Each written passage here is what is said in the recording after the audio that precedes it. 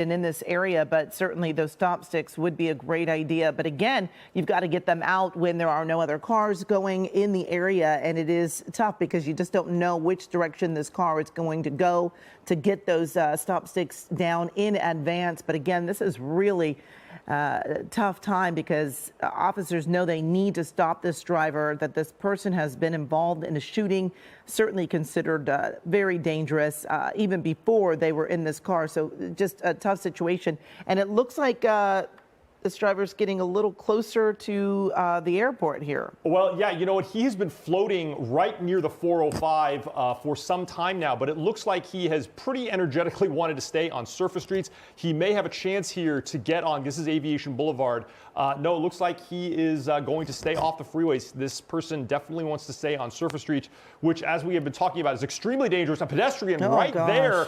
This is definitely a red for him, making a right turn now under the railroad tracks and proceeding on Century Boulevard. Now, there's a lot of traffic here. And again, we apologize. SkyCal cannot maneuver as easily as we would like in this area. That's why we kind of have to stay, and we can't get right behind this pursuit like we would like to. But, you know, I know that LAPD is right on him as well. There is a gathering number of helicopters above this, other media airships, and of course, law enforcement all tracking this right now. So it's getting a little crowded in the sky as well. So we want to maintain safety precautions at all times. But there you can see him still moving along Century Boulevard, and LAPD still in pursuit of the shooting suspect here in the Inglewood area. Amy. Yeah, coming up to another intersection, making a quick U-turn this time around, going back now on Century Boulevard. And we all know that this is a very congested area. This is, of course, the noon hour. A lot of folks making their way to the airport, away from the airport, also just running out, maybe doing some errands at lunchtime, grabbing a quick bite to eat. And so this can be very, very dangerous for all the folks that are just out there with no idea that this is coming their way.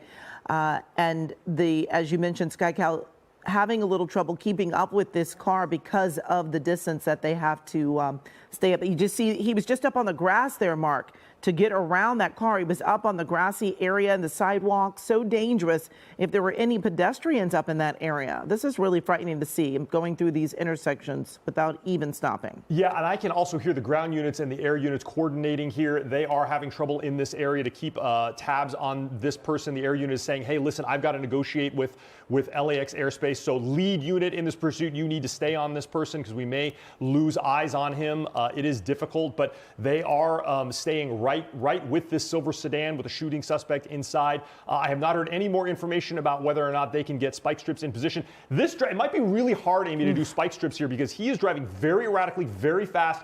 And he is sort of not, you know, sometimes pursuit drivers circle in the same area and they can get a little bit predictable about where they're going to go. I don't see any predictability so far here other than this he has kind of stayed by the LAX area. But we're not seeing the same streets being traveled over and over again, which makes it difficult, especially with all of this traffic conditions, to put down any kind of spike strips or even blockade any streets or get ready. So LAPD is just doing their best to stay with this driver as safely as they can, but they do want to get him into custody. I have not heard anything about them going into tracking mode right now. Amy. And this is certainly a tough area, Mark, because they are so close to the airport. And we see that SkyCal having trouble keeping up with this car. But we do want to remind our viewers that this started around noon today. This was someone that they were after because there was a shooting that happened. And at one point, the driver did, in fact, let someone else get out of that car. But again, this driver, we are told, is wanted for a possible shooting. And again, this began at about noon. SkyCal still trying to exactly find this driver that was in that silver sedan. And, you know, when you've got to stay so far away from the area because of the airspace, it is tricky to keep up with these cars. But they are still looking. We have got close eye. We're trying. Is this it again, Amy, here? I'm getting some information that the driver actually may be out of the vehicle and running. SkyCal is doing their best to try and find this. They're right there. They were on the 405. Yeah, it looks like this might be the end of it right here. There's actually a vehicle driving on the grass right there. Yeah, he got out and ran. That's the information that we're receiving here at the desk. The driver is out on foot, and SkyCal is going to try and locate this person.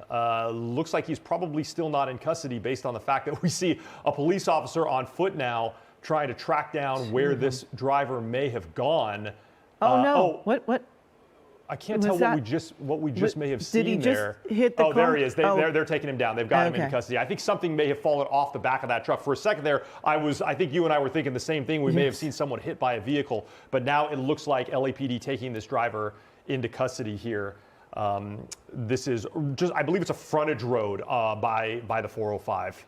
So we are seeing again that this person that the police have been after for about 25 minutes. We are told that this driver was involved in some type of shooting earlier, just about 30 minutes ago. They have been after this driver who refused to slow down, then crashed right in that area, made a run for it. But as you see, their officers were able to catch up with that driver, and they are now, looks like they're getting that driver in handcuffs. And we're looking again, this is where that car did crash into a couple of trees. Of course, officers there checking to make sure no one else is in that car, because we do know that there was at least one other person in the car that they let out, but it appears at this point that there was no one else in the car. We, of course, keeping a close eye on these pursuits, always trying to give you